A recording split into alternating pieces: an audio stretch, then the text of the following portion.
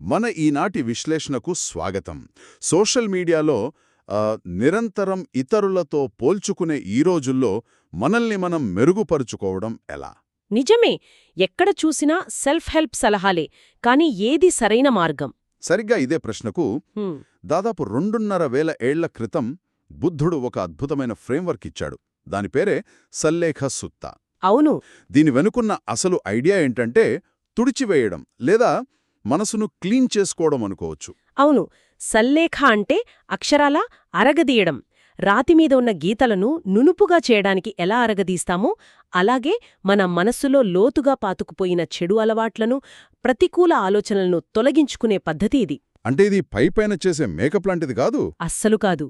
ఇది లోపలి నుంచి వచ్చే ఒక సంపూర్ణమైన మార్పు. ఈ సుత్తలో బుద్ధుడు చుండా అనే ఒక భిక్షువుకు ఈ శక్తివంతమైన పద్ధతిని వివరిస్తాడు. వావ్! అంటే ఇది కేవలం చెడు పనులు ఆపడమే కాదు, ఈ పద్ధతి మనల్ని ఇతరులతో పోల్చి నిరాశపరచకుండా వాళ్ల ప్రవర్తననే మన ఎదుగుదలకు ఒక సాధనంగా ఎలా వాడుకోవాలో నేర్పుతుంది. కరెక్ట్. సో మన దగ్గరున్న సోర్స్ మెటీరియల్లో మొత్తం 44 అంశాల లిస్ట్ ఉంది. అవును, 44. ఈరోజు మన పని ఏంటంటే ఈ 44 మెట్ల ప్రయాణం యొక్క నిర్మాణం ఏమిటి, దాని వెనక ఉన్న లాజిక్ ఏంటి, మరియు అది ఈనాటికి ఎందుకు అంత శక్తివంతంగా ఉందో లోతుగా పరిశీలించడం మొదలు పెడదాం. ఈ సుత్తలో నన్ను వెంటనే ఆకట్టుకున్న విషయం దాని నిర్మాణం. ప్రతి అంశం ఒకే ఫార్మాట్లో ఉంటుంది. ఇతరులు ఫలానా పని చేస్తారు, మనం మాత్రం ఆ పని చెయ్యము. అవును, అది చాలా ప్రత్యేకంగా ఉంటుంది. ఇది చాలా విచిత్రంగా అనిపిస్తుంది. సాధారణంగా అబద్ధం చెప్పకు లేదా కోపపడకు అని నేరుగా చెప్తారు కదా. దానికి బదులుగా ఈ పోలికను ఎందుకు ఉపయోగించారు? దీని వెనుకున్న సైకాలజీ ఏమిటి? ఇది చాలా లోతైన మనస్తత్వ సూత్రం మీద ఆధారపడి ఉంది. దీనిని భేదాన్ని గుర్తించి స్పృహతో ఎంచుకోవడం అని చెప్పవచ్చు. ఓకే. మనం ప్రపంచాన్ని గమనిస్తాం. మన చుట్టూ ఉన్నవాళ్లు, అంటే ఇతరులు ఎలా ప్రవర్తిస్తున్నారో చూస్తాం. చాలాసార్లు అది మనల్ని ప్రభావితం చేస్తుంది. మనం కూడా అలాగే ప్రవర్తించేస్తాం. నిజమే. కానీ ఈ పద్ధతి దానికి వ్యతిరేకం. ఇక్కడ ఇతరులు అంటే వాళ్లను తక్కువ చేయడం కాదు, లేదా విమర్శించడం కాదు. అది మన చుట్టూ ఉన్న సాధారణ, స్పృహలేని ప్రవర్తనకు ఒక ప్రతీకనమాట. అర్థమైంది. ఆ ప్రవర్తనను చూసి ఓకే, ప్రపంచం ఇలా ఉంది, కానీ నేను స్పృహతో వేరే దారిని ఎంచుకుంటున్నాను అని ఒక గట్టి సంకల్పం చేసుకోవడానికి ఇది ప్రేరణగా పనిచేస్తుంది. ఇది నిరాశతో చేసే ప్రతిస్పందన కాదు, ధైర్యంతో తీసుకునే నిర్ణయం. ఆ కనెక్షన్ ఇప్పుడు స్పష్టంగా అర్థమైంది. అంటే ఇది ప్రపంచాన్ని చూసి జడ్జి చేయడం కాదు, దాన్ని ఒక అద్దంలా వాడుకుని సరిగ్గా మనల్ని మనం చూసుకోవడానికి. ఆ అద్దంలో మన ప్రతిబింబాన్ని చూస్తూ మన మార్గాన్ని స్పష్టం చేసుకోవడం చాలా శక్తివంతమైన ఆలోచన. ఇక ఈ 44 అంశాల జాబితాలోకి వెళ్తే ఇదేదో ర్యాండమ్గా రాసినట్లు లేదు. ఒక పద్ధతి ప్రకారం, ఒక నిర్మాణం ప్రకారం ఉన్నట్లు అనిపిస్తుంది. ఖచ్చితంగా. మొదటి సమూహం చాలా ప్రాథమిక నైతికతకు సంబంధించినదిగా ఉంది. అవును. దీన్ని మనం ఒక ఇల్లు కట్టడంతో పోల్చవచ్చు. ఏ భవనానికైనా పునాది ముఖ్యం కదా. అవును, ఫౌండేషన్. అలాగే మన ఆధ్యాత్మిక ప్రయాణానికి పునాది ఈ మొదటి 10 అంశాలు. వీటిని 10 అకుశల కర్మమార్గాలు లేదా 10 తప్పుడు పనుల నుండి దూరంగా ఉండటం అని అంటారు. ఇందులో శరీరం, మాట, మనసుకు సంబంధించిన నియమాలు ఉన్నాయి. ఉదాహరణకు శారీరకమైనవి: ప్రాణహాని చేయకపోవడం, దొంగతనం చేయకపోవడం. ఇవి మనందరికీ తెలిసినవే. అవును, అవి బేసిక్స్. అయితే మాటలకు సంబంధించిన వాటిలో ఏదైనా ఒక ఉదాహరణను కొంచెం లోతుగా చూద్దాం. ఈ రోజుల్లో దానికి ఉన్న ప్రాముఖ్యత చాలా ఎక్కువగా అనిపిస్తోంది. మంచి పాయింట్. 6వ అంశం తీసుకుందాం. విభజన మాటలు మాట్లాడకపోవడం. ఆ రోజుల్లో దాని అర్థం ఒకరి దగ్గర ఒక మాట, ఇంకొకరి దగ్గర మరో మాట చెప్పి సంబంధాలను చెడగొట్టడం, అంటే చాడీలు చెప్పడం. అవును. కాని ఈ రోజులో దాని స్వరూపం పూర్తిగా మారిపోయింది. ఇప్పుడిది ఆన్లైన్ ట్రోలింగ్, వాట్సాప్ గ్రూపుల్లో పుకార్లు వ్యాప్తి చేయడం, ఫేక్ న్యూస్తో సమాజాన్ని విడదీయడం. సరిగ్గా. బుద్ధుడు ఇతరులు విభజన మాటలు మాట్లాడతారు, మనం మాట్లాడము అని చెప్పినప్పుడు దాని అర్థం మనం స్పృహతో ఈ డిజిటల్ విష సంస్కృతి నుండి బయటపడాలని. అంటే వేరొకరు పంపిన ఫార్వర్డ్ మెసేజ్ను ఆలోచించకుండా పంపే ముందు ఒక్క క్షణం ఆగడం. అంతే. ఆగి నేను ఈ సంస్కృతిలో భాగం కాను అని నిర్ణయించుకోవడమే ఆచరణ. అంటే మనం ఒక ఇల్లు కట్టడానికి ముందు పునాది వేసినట్టు ఈ 10 నైతిక సూత్రాలు మన ఆధ్యాత్మిక ప్రయాణానికి పునాది అన్నమాట. సరే, పునాది పటిష్టంగా ఉంది. ఇప్పుడు మనం అసలు భవన నిర్మాణంలోకి, అంటే అసలు మార్గంలోకి అడుగు పెడుతున్నాం. అవును. 11 నుండి 20 వరకు ఉన్న అంశాలు ఒక నిర్దిష్టమైన బౌద్ధ భావనకు సంబంధించినవిగా కనిపిస్తున్నాయి. అవును. పునాది వేశాక ఇప్పుడు మనం అనుసరించాల్సిన బ్లూ ప్రింట్ లేదా మ్యాప్ గురించి ఈ విభాగం చెబుతోంది. అదే ఆర్య అష్టాంగ మార్గం. రైట్. అయితే ఇక్కడ కూడా సుత్తా దాన్ని నేరుగా చెప్పదు. ఇతరులు తప్పుడు మార్గంలో నడుస్తారు, మనం సరైన మార్గంలో నడుస్తాము అనే పోలిక ద్వారా చెబుతుంది. ఉదాహరణకు తప్పుడు దృష్టికి బదులుగా సరైన దృష్టి 11, తప్పుడు సంకల్పానికి బదులుగా సరైన సంకల్పం 12 ఇలా సాగుతుంది. ఇది కేవలం నైతికత నుండి జ్ఞానం వైపు మన ప్రయాణాన్ని చూపిస్తుంది. అంటే ఏం చెయ్యకూడదో తెలుసుకున్నాం, ఇప్పుడు ఏం చెయ్యాలో, ఏ మార్గంలో నడవాలో స్పష్టత తెచ్చుకుంటున్నాం. సరిగ్గా చెప్పారు. ఓకే, మన దగ్గర ఒక మంచి పునాదుంది, అనుసరించడానికి ఒక స్పష్టమైన మార్గం కూడా ఉంది. అంతా బావున్నట్లే ఉంది కదా. కాని ఏ ప్రయాణంలోనైనా అడ్డంకులు తప్పవు. అవును. మనల్ని ముందుకు వెళ్ళనివ్వకుండా మనసు లోపలే ఆపే ఆటంకాలేవి? ఈ సూత వాటి గురించి ఏం చెప్తోంది? మీరు అడిగిన ప్రశ్న చాలా కీలకం. 21 నుండి 33 వరకు ఉన్న అంశాలు సరిగ్గా వీటి గురించే చర్చిస్తాయి. వీటిని ఆటంకాలు మరియు మలినాలు అంటారు. ఆటంకాలు. పునాది వేసి ప్లాన్ ప్రకారం ఇల్లు కట్టడం మొదలుపెట్టినా వర్షం, గాలి వంటి అడ్డంకులొస్తాయి కదా. అలాగే మన అంతర్గత ప్రయాణంలో కూడా కొన్ని మానసిక స్థితులు మనల్ని ఆపేస్తాయి. అంటే మనం ధ్యానం చేయడానికి కూర్చున్నప్పుడు మనసు ఎక్కడికో వెళ్ళిపోవడానికి కారణం ఇవేనా? ఉదాహరణకు అశాంతి లేదా ఆందోళన అన్నారు కదా, అది సరిగ్గా ఎలా పనిచేస్తుంది? ఖచ్చితంగా. అశాంతి లేదా ఉద్ధచ్చ అనేది నిరంతరం భవిష్యత్తు గురించి ఆందోళన చెందడం, లేదా గతాన్ని తలుచుకుని బాధపడటం.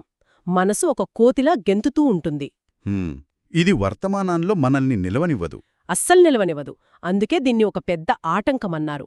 ఇంకొకటి మందకొళితనం లేదా నిద్రమత్తు 21. ఇది శారీరక బద్ధకమే కాదు, మానసిక జడత్వం కూడా. ఏదైనా కొత్త విషయం నేర్చుకోవడానికి లేదా సాధన చేయడానికి మనసు నిరాకరిస్తుంది. ఓకే.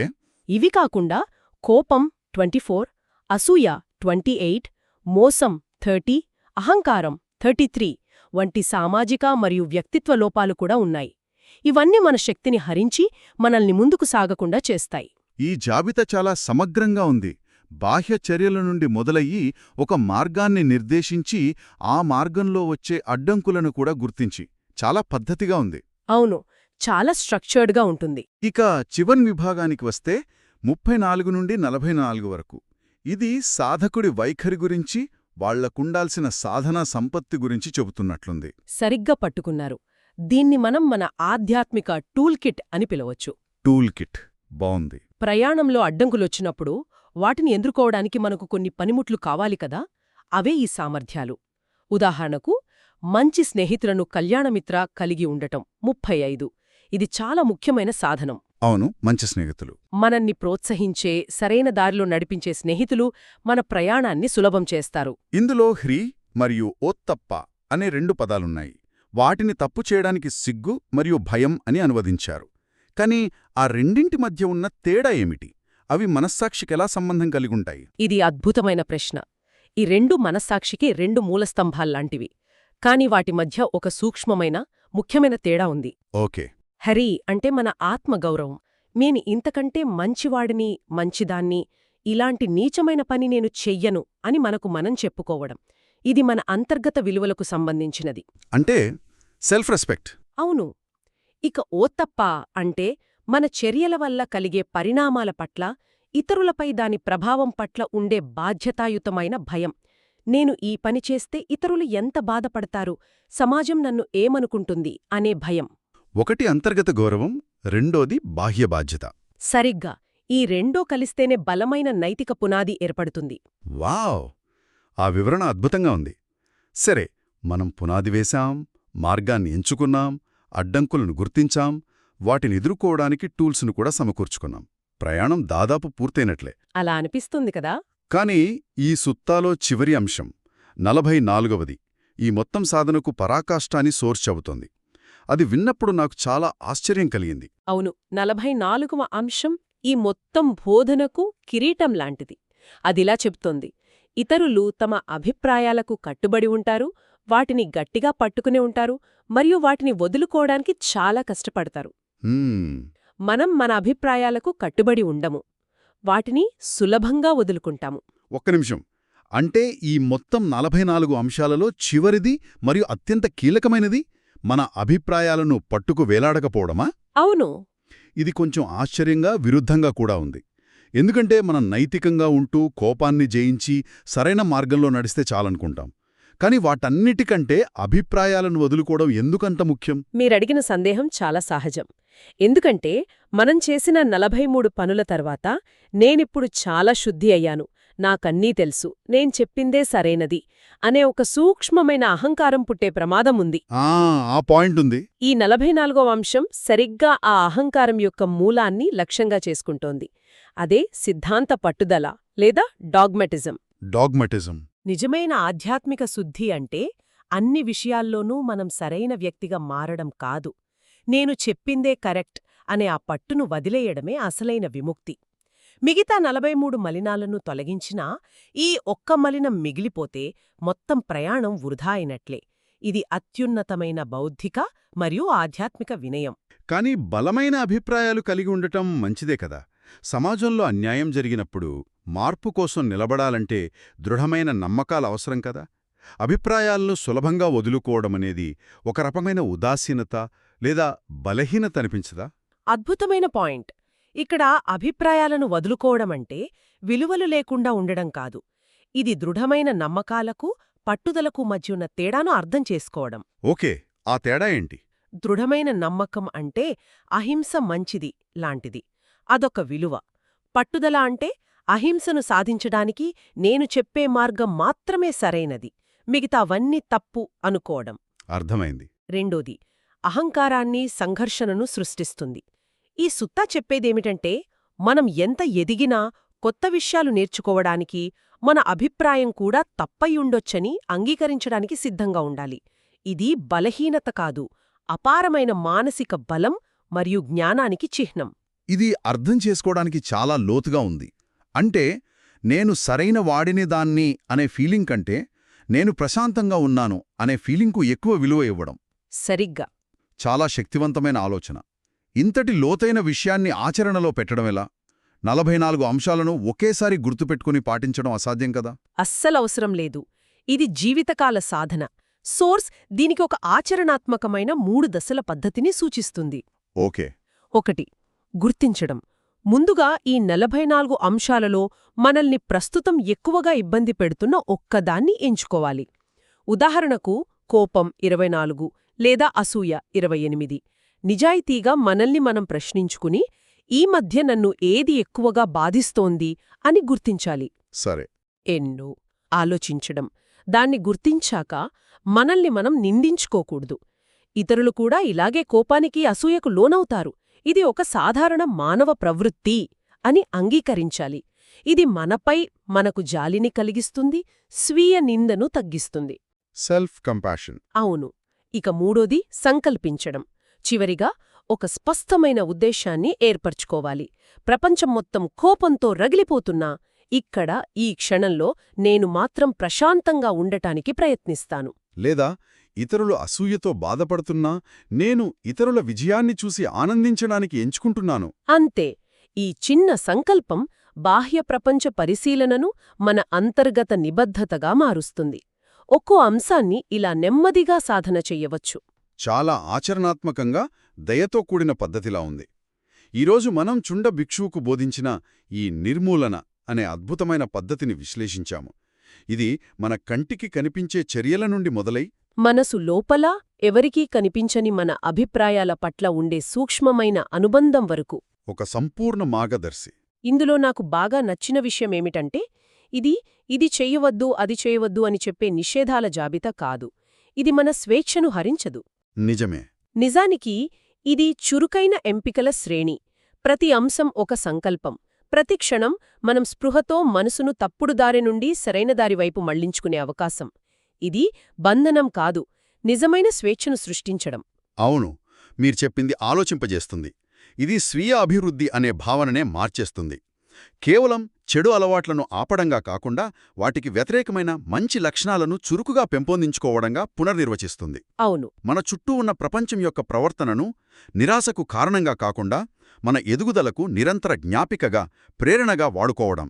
ఇది నిజంగా ఒక వినూత్నమైన విధానం. ఈ మొత్తం చర్చ మనల్నొక ముఖ్యమైన ప్రశ్న దగ్గర నిలబెడుతుంది. ఏమిటలి? 44వ అంశం మన అభిప్రాయాలను సులభంగా వదులుకోమని చెబుతోంది.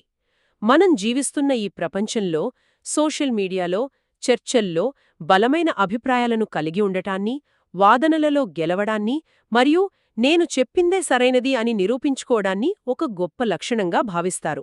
అవును. విన్నింగ్ ది ఆర్గ్యుమెంట్ అనేది చాలా ముఖ్యమైపోయింది.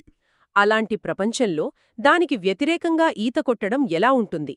ఒకరి ప్రియమైన అభిప్రాయాన్ని వదులుకునే కలను అభ్యసించడం, దానిని బలహీనతగా కాకుండా లోతైన జ్ఞానం మరియు అంతర్గత శాంతికి చిహ్నంగా చూడటం ఎలా ఉంటుంది? దీన్ని వింటున్నవాళ్లు ఆలోచించాల్సిన ప్రశ్న ఇది. ఈరోజు మీరు గెలవాలని తప్పించే ఏ వాదనను వదులుకుంటే మీకు ఎక్కువ శాంతి లభిస్తుంది? బహుశే సరైనదిగా ఉండటం కంటే ప్రశాంతంగా ఉండటం ముఖ్యమని తెలుసుకోవటమే అసలైన నిర్మూలన కావచ్చు.